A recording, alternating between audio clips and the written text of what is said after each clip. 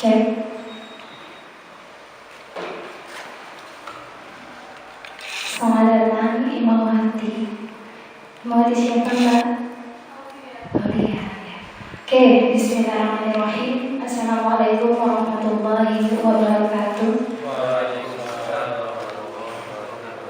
Innal hamdalillah nahmaduhu wa nasta'inuhu wa nastaghfiruh wa na'udzu billahi min syururi anfusina wa min sayyiati a'malina. May yahdihillahu fala mudilla lahu wa may yudlil fala hadiya lahu.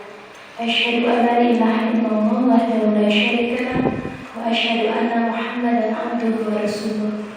Allahumma shalli ala Muhammad wa ali Muhammad.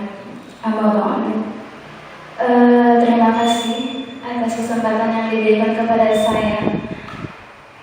Alhamdulillah ya, kita masih, puji Tuhan, kita masih diberi kesempatan kepada Allah Subhanahu wa Ta'ala untuk menuntut ilmu bersama di sini.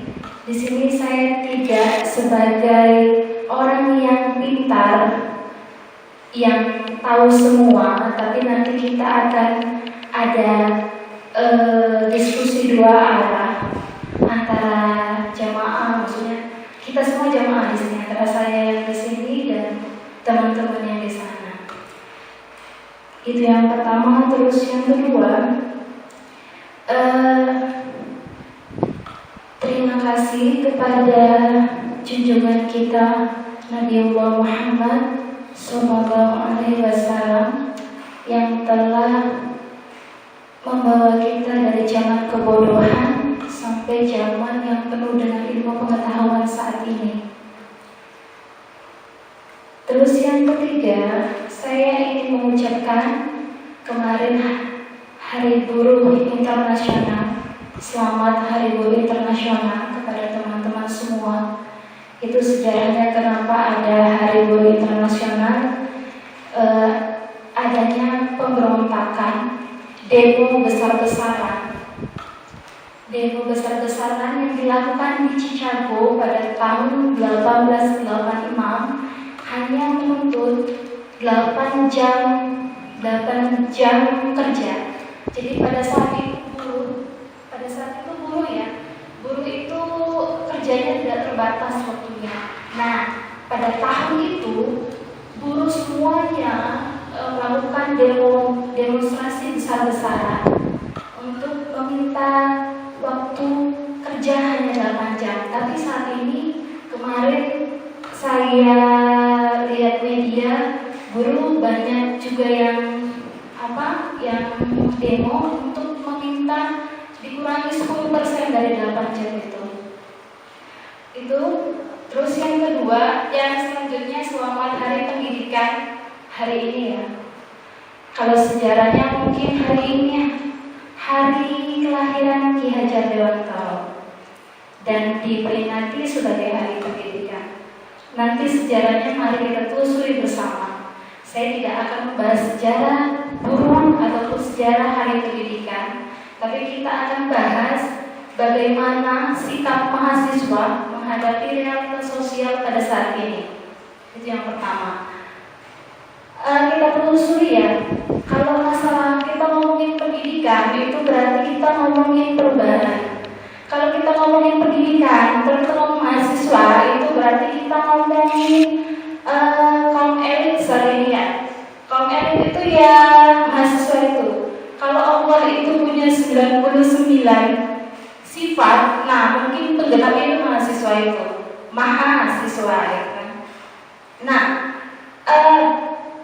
kalau kita telusuri saat ini, adakah pendidikan yang sudahkah apa yang kita lakukan saat ini, apa yang kita terima di bangku sekolah itu sudahkah kita melakukan perubahan di sekitar kita? Itu pertama. Gak usah sekitar kita dulu deh. Pada diri kita dulu. Apakah pendidikan itu sudah merubah diri kita gitu? Apakah sudah membangun kesadaran di dalam diri kita itu? Di sini mahasiswa semua kan? Ya. Itu yang pertama. Terus yang kedua, kita coba analisis realita sosial kita, realita di sekitar kita, apakah ada kesenjangan di sekitar kita, misalnya di lingkungan kampus, di lingkungan kos, di lingkungan rumah, di lingkungan apapun itu tempat kita berpijak. Apakah ada kesenjangan di sana? Coba dianalisis dan kira-kira kita sudah berbuat apa di sana gitu. Kira-kira adakah yang membuat mereka itu seperti itu? Itu dulu ya. Terus selanjutnya, kalau kita lihat realita pendidikan saat ini ya, kalau saya kemarin baru semalam itu nonton teaternya Suluh, kaum Suluh, kami membunuh mereka di UGM. Itu cerita tentang semua buruh, tapi itu tentang hari buruh ya. Semua buruh itu kan sebenarnya kenapa mereka berontak itu karena mereka punya kesadaran kritis, dan kesadaran kritis itu dididik oleh lingkungan mereka, dididik oleh tempat kerja mereka. Kenapa Marsina seorang buruh hanya meminta kenaikan gaji Rp1.000 itu diperkosa, ditelanjangi, terus dibunuh, disiksa, dan mayatnya dibuang ke sungai. Itu kenapa itu? Itu dari siapa yang melakukannya sampai saat ini belum diketahui. Munir dibunuh ketika dia ke Belanda, dan Munir itu melakukan pemberontak itu karena pendidikan gitu, karena dia melakukan analisis di sekitar dia melakukan apa yang harus saya lakukan ketika ada pelanggaran HAM gitu. Itu Munir. Dan wartawan Udin yang dibunuh karena berita itu juga karena pendidikan dia gitu. Dia itu wartawan yang sangat cerdas. Dia dibunuh karena membongkar semua rahasia berita pada zaman reformasi. Zamannya Pak Harto turun ya, tahun 96. Karena 98 itu Soeharto turun, 96 dia dibunuh karena dia sudah memprovokasi lewat berita gitu. Nah itu kenapa gitu? Dan itu karena pendidikan juga, karena pendidikan kritis, punya kesadaran diri yang ada di dalam diri mereka itu, mereka bisa melakukan itu dengan berani gitu. Dan sekarang apakah kita lihat mahasiswa kita di sekitar kita, apakah mereka berani? Nggak usah kita ngomongin masalah nasional lah. Apakah mereka berani nuntut, menanyakan kenapa SPP itu naik tiap tahun? Itu aja. Berani nggak gitu? Terus berani nggak? Coba kalian, saya yang tahu di sini gaji cleaning service. Ada yang tahu? Gak ada yang tahu dong. Nah, gaji cleaning service, gaji Pak Satpam, tunjangan apa yang sudah mereka dapatkan dari kampus. Jadi cleaning service itu ya, 1 bulan, kalau di UMS saya nggak berani ya, data saya punya di UAD, tapi mau teman-teman cari sendiri, cari juga. Cleaning service di UMS itu, ini realita ini, 1 bulannya itu 150.000. Dapat apa uang 1 bulan 150.000? Sudah berbuat apa mahasiswa saat ini? Apakah ada mahasiswa yang peduli dengan hidup mereka dengan gaji yang hanya 150 itu? Kita aja ya di malam saja pit-pitan ya, dikasih 1 juta aja pit-pitan. Nah, udah kan? Maksudnya di sini aja ternyata kita pun jadi mahasiswa yang apatis gitu. Kita pun tidak tahu lingkungan kita itu ada apa di lingkungan kita gitu. Nah, itu contoh kecil aja, contoh kecil keadaan mahasiswa kita saat ini. Contoh kecil keadaan mahasiswa kita di Indonesia. Tuh. Kiai Haji Ahmad Dahlan itu, dia karena pendidikan bisa membuat alternatif perubahan sosial dengan pendidikan juga. Dia ke Mekah, dia kemana-mana itu belajar, dan dari belajarnya itu dia bisa membuat alternatif gerakan sosial. Kita sudah belum gitu. Ya, gerakan sosialnya itulah sekarang menjamurnya sekolah-sekolah Muhammadiyah, sekarang menjamurnya rumah sakit, sekarang menjamurnya panti asuhan Muhammadiyah. Itu karena memang dari kesadaran kritisnya gitu, kesadaran kritisnya Ahmad Dahlan itu sendiri, sehingga terbentuknya adanya alternatif gerakan sosial tersebut. Itu Ki Hajar Ahmad Dahlan. Terus belum lagi Tan Malaka. Kalau Tan Malaka itu dia punya sekolah Syarikat Islam.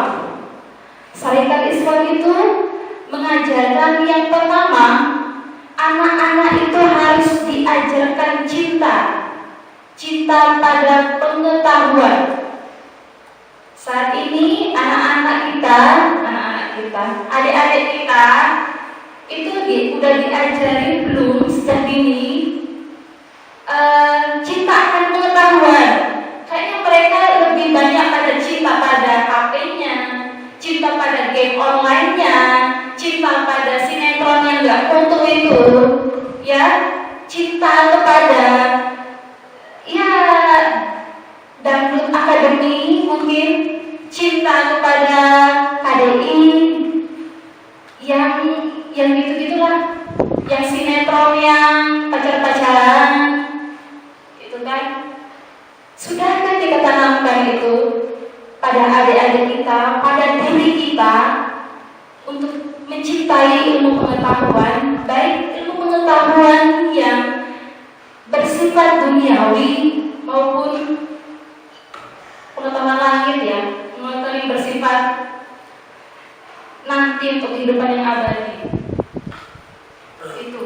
Jadi mulai sekarang latih diri kita, latih mahasiswa kita dengan budaya baca. Itu kata Tan Malaka. Latih adik kita dengan budaya baca. Latih diri kita, ya, terutama diri saya, itu kita kayaknya memang harus memaksakan diri kita untuk mencintai belajar, punya hobi belajar. Itu pesan dari Tan Malaka.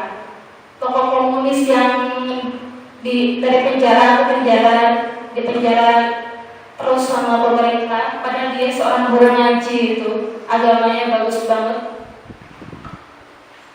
Itu yang kata Tan Malaka. Terus yang kedua kata Tan Malaka,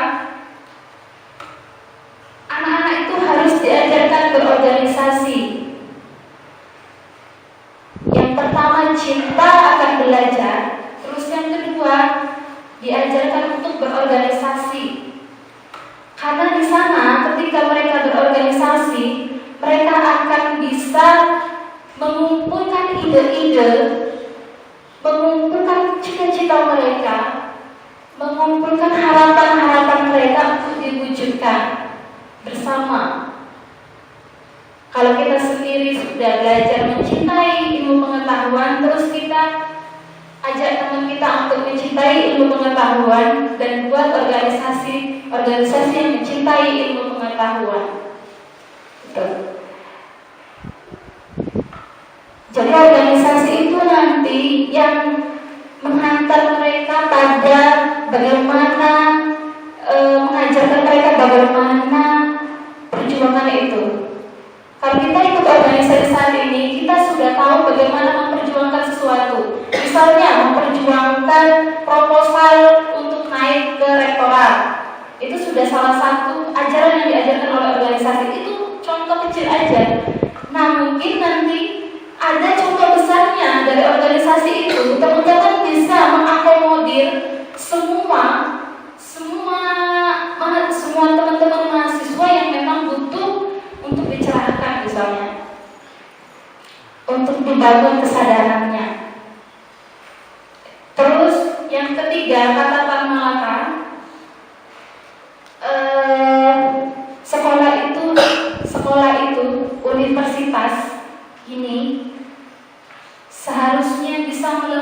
hati. Melembutkan hati semuanya, melembutkan hati mahasiswa, melembutkan hati peserta didik ya, peserta didik kalau di sekolah, melembutkan hati yang mendidik, melembutkan hati masyarakat sekitarnya gitu. Semuanya. Sekolah itu kalau bisa melembutkan hati. Makanya dulu kalau di sekolahnya yang didirikan Syarikat ini Tanah Malaka yang didukung oleh Kiai Ahmad Dahlan, itu namanya Syarikat Islam itu, di sekolahnya itu banyak kata-kata mutiara. Ya dari Jalaluddin Rumi, Al-Khwarizmi, Ibnu Rus, mana yang kata-kata mutiaranya itu dari tokoh-tokoh Islam itu. Nah sekarang coba kita bandingkan dengan sekolah kita pada saat ini. Kalau masuk gerbang sekolah sana apa? Gerbang sana aja deh. Apakah sudah ada kata mutiara misalnya? Jika kau tidak bisa menahan lelahnya belajar, maka kau akan menelan pahitnya kebodohan. Apakah ada? Coba cari aja, ada nggak? Yang ada sekarang itu, kalau ada, wah keren itu sekolah pasti, keren itu universitas sekarang. Kalau ada yang kayak gitu, coba dicari dulu sekarang, ada nggak kira-kira?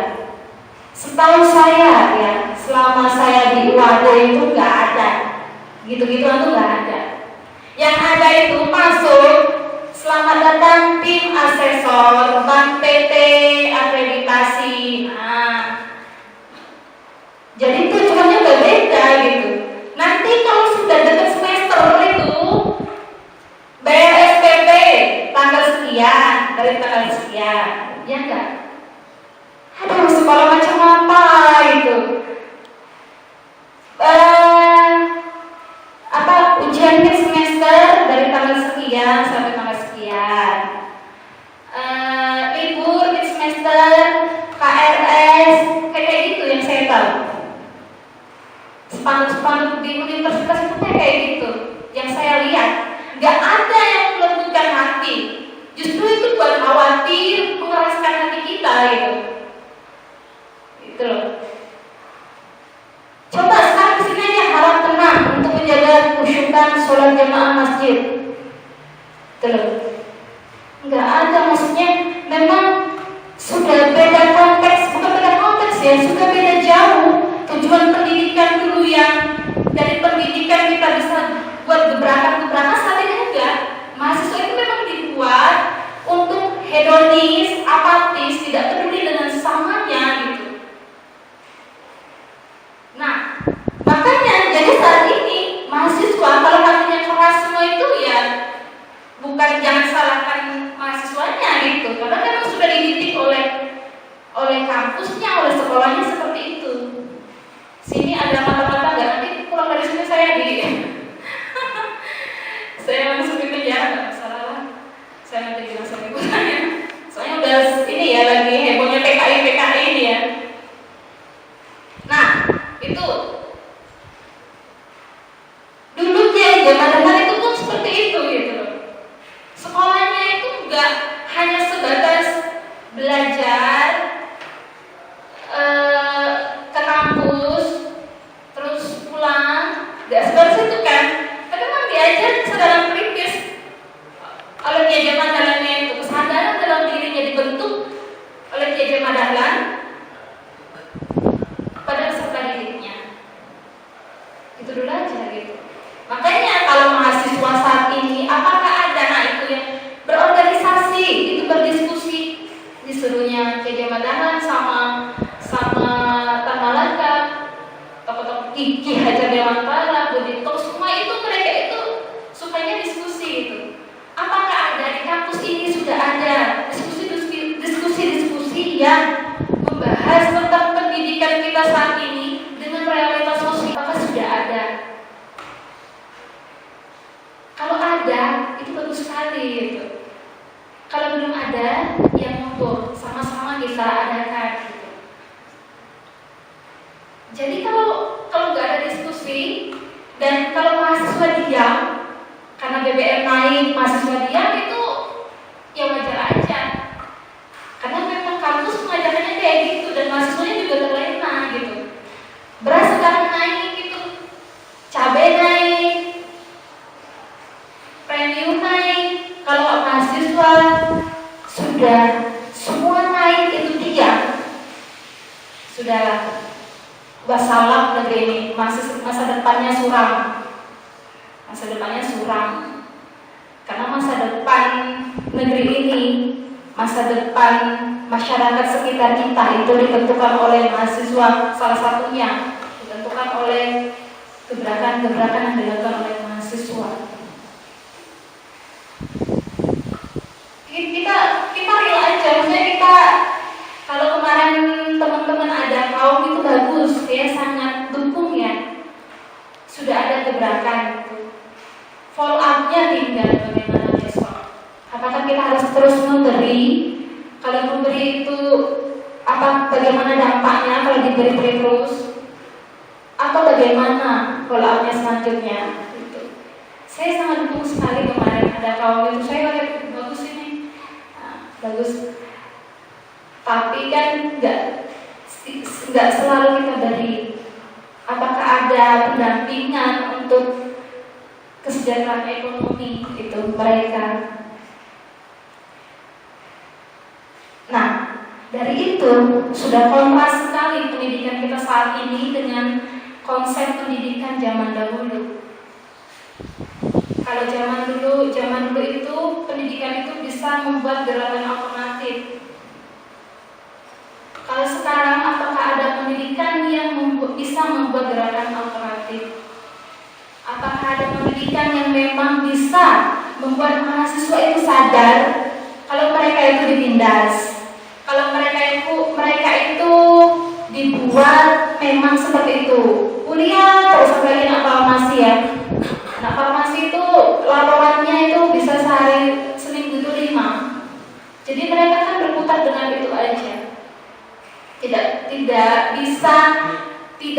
Tidak sempat mikirin orang lain.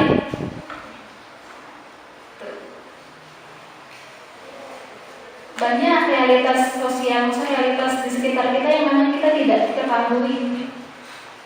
Gaji cleaning service saja kita nggak tahu. Gaji Pak Satpam aja kita nggak tahu. Tunjangan apa yang diberikan kampus untuk mereka aja kita nggak tahu. Itu buruh loh. Apalagi kita mau ngomongin yang di luar gitu. Kalau ada yang tahu di sini, jadi Satpam wajib, saya kasih buku saat ini juga. Saya banyak di sini. Ada nggak? Nggak ada kan? Sedih saya, maksudnya miris gitu. Kalau teman-teman UMS itu ya, Satpam itu gajinya 150 per bulan. Mereka itu kerjanya 5 jam sehari. Terus kemarin teman-teman UMS bandnya UMS itu melakukan ini buat draft kenaikan haji ke rektorat, ke universitas. Mereka demo mereka cari data semuanya tentang cleaning service top, karena UMS besar ya. Semua data cleaning service mereka kumpulkan, mereka buat draft dan mereka ajukan draft itu ke rektorat, ke kampus untuk kenaikan gaji. Kenaikan gaji cleaning service. Gaji 150 itu sehari habis itu saya pakai itu 150. Jajan apa 150 ke? Apalagi kalau mereka punya anak. Makanya kalau sekarang kalian lihat data satu aja cleaning service kita, cari gajinya berapa, tunjangannya apa, terus kira-kira mereka di luar itu ngapain? Adakah kerja sampingan dari mereka? Pasti ada kerja sampingan, walaupun kadang ada yang jual angkringan, karena nggak cukup gajinya. Jadi cleaning service itu nggak gampang, apalagi di asrama itu 5 lantai. Wadeki 3 lantai memang. Dan alhamdulillah mereka gajinya naik 200.000 yang UMS itu. Dari 150 jadi 200.000 sakit. Tadi saya nangis saya dengar itu. 150 sebulan itu sakit hati saya. Dan jadi 200.000 itu mereka bersyukur banget itu. Justru saya malah bekerja sama teman-teman BMF UMS, sama Resmanya itu, sama Mbak Suci namanya. Itu ilmu keren banget itu. Tanpa kompromi dia tetap semua itu. Gak takut dia sama rektorat, gak takut dia sama pemerintah Rembang yang ibu-ibunya sekarang sedang tidur di tenda siang malam kehujanan karena tanahnya gunung itu mau dijadikan pakai semen, mau dikeruk gitu. Saya mah dekatnya saya nggak tahu ya ke UAD, bukan saya ini ya ngece ya, saya nggak tahu mahasiswa UAD, BEM-nya, IMM-nya apalagi, saya nggak tahu sibuk apa mereka, mungkin sibuknya semoga sibuk belajar itu aja. Belajar apa aja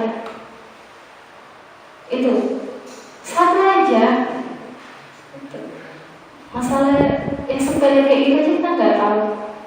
Kalau kalian memang mau tahu realitas sosial, mau memakai sistem teks pendidikan pendahulu kita saat ini itu bagus banget gitu.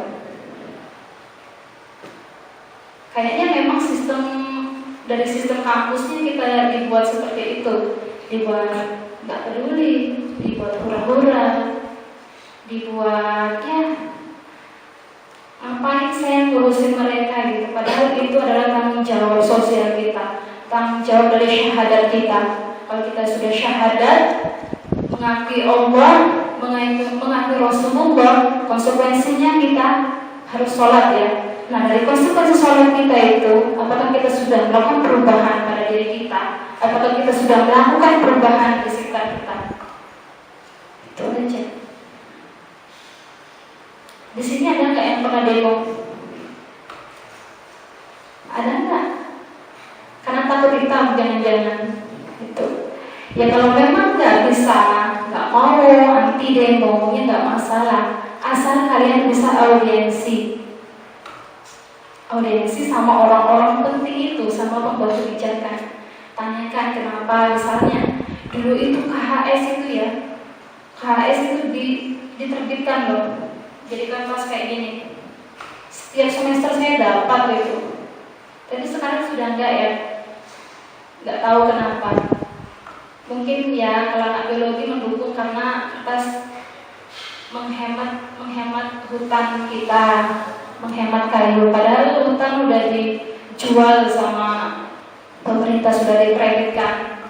Bukan sudah dikreditkan, sudah digadaikan 100 tahun bukan di Kalimantan itu. Tapi kita tahu. Enggak kan? 100 tahun loh. Report itu sampai 2041. Enggak tahu kita. Udah nggak usah dia ngomongin itu, ngomongin Paling Sarkas saja deh. Ngomongin Pak Satpam aja deh. Kita juga nggak tahu. Itulah kondisi kita gitu loh. Nggak usah ngomongin BBM naik kemana, subsidinya nggak usah. Nggak tahu orang hari ini cleaning service kita makan apa enggak aja kita nggak tahu. Jadi saya itu kalau cleaning service yang saya dekat itu bawa bekal dari rumah karena memang gaji nggak cukup. Bawa bekal dari rumah dan mereka banyak. Yang pertama ada yang jual angkringan, yang kedua jual lontong, yang ketiga jual soto di Jalan Kusumanegara itu salah satu cleaning service kita. Coba aja gitu. Kalau kita kesadaran kita sudah dibangun, kita akan merasa sakit sekali di sini. Sakit hati. Nah, sudahkah pendidikan, ilmu yang kita dapat di bangku kuliah itu merubah realitas sosial yang ada di sekitar kita? Itu pertanyaannya. Sudahkah merubah diri kita dulu? Sudahkah kita sadar? Itu yang pertama. Terus yang kedua, sudahkah kita peduli kepada sesama? Misalnya adakah teman kita yang gak makan hari ini? Kenapa dia gak makan? Sudah belum kita seperti itu? Itulah kalau kita ngomongin mahasiswa dan realitas sosial ya kayak gitu. Kalau ngomonginnya banyak permasalahan sosial yang dihadapi. Ya. Oke, terima kasih. Udah ya, maksudnya memang beda banget dan sangat kontras kelihatannya pendidikan yang didahului, yang para pendahulu kita. Ya boleh itu besok teman-teman IMM mencoba untuk melembutkan hati teman-temannya dengan memasang baliho-baliho. Balihonya bukan hanya sekedar informasi, tapi baliho yang melembutkan hati.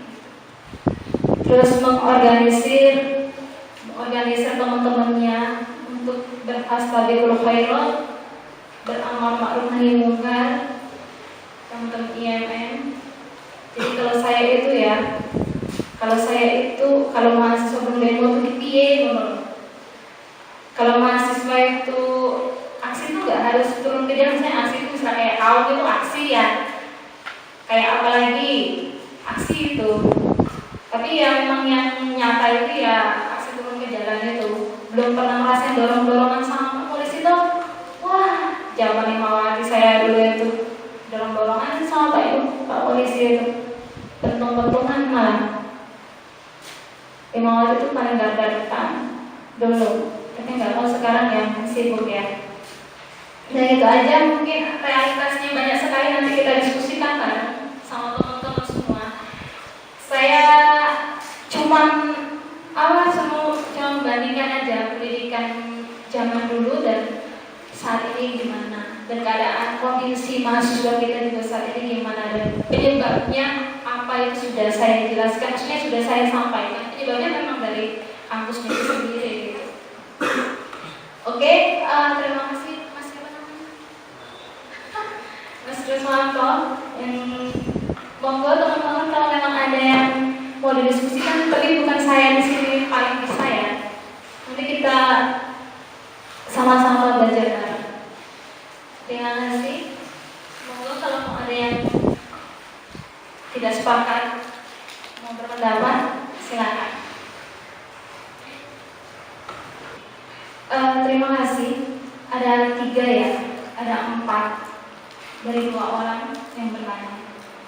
Jadi dari Mas siapa tadi Mas? Hah? Mas apa? Mas Imran.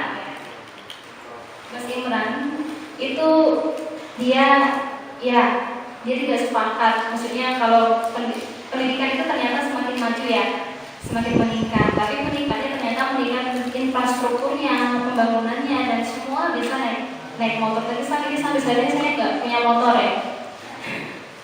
Saat ini saya nggak punya motor ya. Saya dari semester 1 sampai saya kuliah S2 ini malah saya banyak jalan kaki, naik beca, naik bis, sama naik sepeda. Satu saya sepeda. Dan kalau kemajuannya diukur dari infrastruktur, dari kendaraan itu saya nggak sepakat gitu. Jadi pendidikan yang maju itu harusnya dia dalam pola pikirnya. Kalau pola pikirnya itu sudah berkemajuan, itu baru saya sepakat. Contohnya misalnya kalau dulu Kiai Haji Ahmad Dahlan itu hanya dengan surat Al-Ma'un itu bisa membuat gebrakan alternatif, gerakan sosial. Harusnya kita mungkin dengan surat Toha itu bisa lebih dari Kiai Haji Ahmad Dahlan. Itu maju, itu baru maju. Iya, kalau dulu Tan Malaka itu mengajarkan dengan cinta, hanya dengan cinta, mungkin saat ini kita bisa mengajarkan kalau dia maju mengajarkan cinta kasih sayang lebih dari yang kemarin, itu baru maju. Coba kalau kenapa saya itu yang maksudnya itu yang saya maksud, lebih dari pemikiran dan gerakan-gerakan yang dilakukan, bukan infrastruktur dana yang dipunya oleh mahasiswa itu sendiri gitu. Itu yang pertama. Nanti boleh teman-teman tambahkan kalau memang ada. Dan kemundurannya itu, kalau dulu sekolah-sekolah itu ada, contoh kecilnya aja, kalau dulu sekolah-sekolah itu ada tulisan-tulisan yang melembutkan hati, kayak tulisan Jalaluddin Rumi, Ibnurus, Al-Khwarizmi, Pitagoras misalnya, karena saya matematika ya, Pitagoras misalnya, apa, Imam Syafi'i. Tapi sekarang nggak ada gitu, Pak. Balihonya tuh nggak. Coba lihat teman-teman, saya masuk sana itu, selamat datang tim asesor dan PT akreditasi.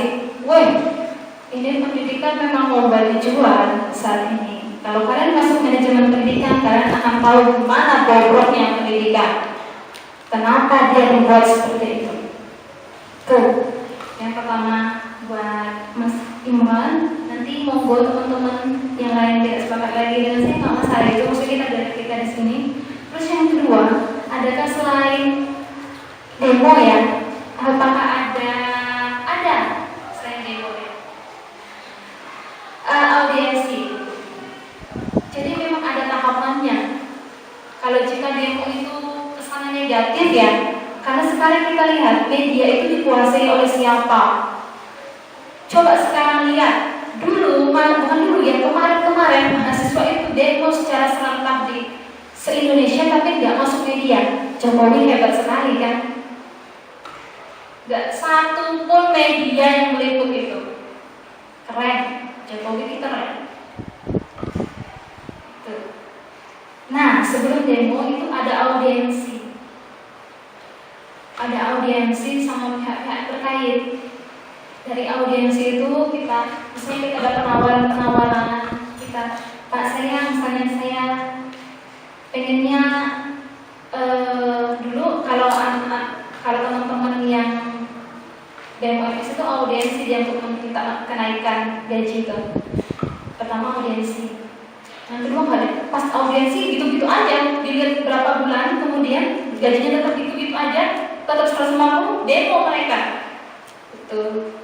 Kayak begitu juga dengan Rembang yang pabrik semen itu, pabrik semen, mereka audiensi dengan ini dengan birokratnya pemerintah Rembang, audiensi buat surat terbuka, macam-macam itu sudah dilakukan. Ya tidak berhasil, tetap mau dijadikan pabrik semen itu. Akhirnya tuh ibu-ibu tuh demo. Ibu-ibu tuh sampai dipukulin loh. Kalau kalian kesana, ibu-ibu itu sampai dipukulin, kerudungnya sampai lepas-lepas. Itu ibu-ibu keren itu menurut saya. Kalau saya tuh membayangkan ya, demo tuh perang badar. Iya, saya sedang ngomong perang badar itu, mati nggak apa-apa itu. Itu maksudnya memang ada tahapannya, nggak langsung demo. Karena memang kesannya demo itu yang pertama jelek sekali, karena memang medianya yang membuat itu jelek, medianya. Terus orang-orangnya udah kadung, memang kesadarannya nggak terbangun, karena mereka udah capek ya, capek cari uang, terus pikir-pikir yang kayak gitu juga capek mungkin mereka, dan hal-hal terpilih aja yang pikir kayak gitu. Tuh. Terus yang Faiz ya, Faiz sistem apa yang diterapkan? Saya bingung ya sistem apa terapkan. Kamu nanyanya di mana? Yang mana, Faiz? Kampus kita ini. Kasiarno sedang apa ya? Pak Kasiarno sedang menerapkan sistem apa ya? Pendidikan Islam. Ya, kampus Islami. Sekuler ya, sekuler juga. Kayaknya itu sekuler, lebih ke sekuler ya. Karena yang diterapkan itu memang banyak lebih mendekati bisnis. Kalian perhatikan aja, lebih mendekati untung rugi, lebih mendekati laba.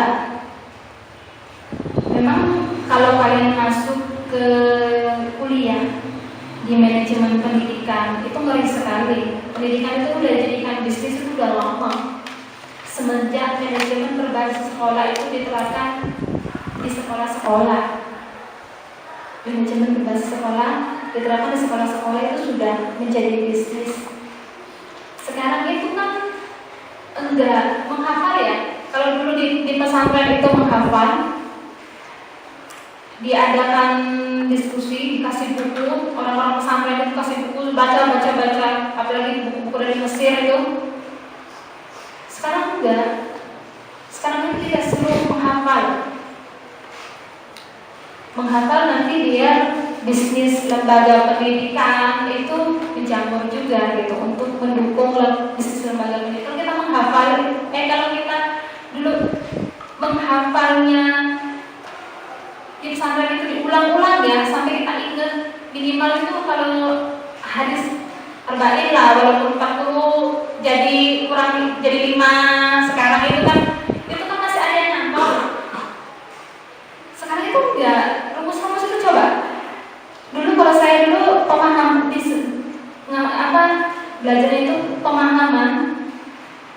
Sekarang itu menghafal rumus buat buat ujian nasional, buat ujian semester. Sekarang ujian semester aja buka buku kan. Kalau menjadi dosennya itu pembodohan sistematis itu. Ngapain saya jadi dosen nyuruh ujian buka buku ini ngomong. Itu ya. Yang terus solusinya mulai dari kita bangun kesadaran dalam diri kita. Tanyakan pada diri kita, apakah ilmu yang saya dapatkan sudah bermanfaat buat diri kita, buat orang sekitar kita, buat keluarga kita. Dan saya lakukan perubahan apa yang sudah lakukan dan ketika saya sudah jadi mahasiswa. Apakah saya sudah merubah sesuatu atau malah saya menjadi beban hidup negara, menjadi beban hidup saja gitu.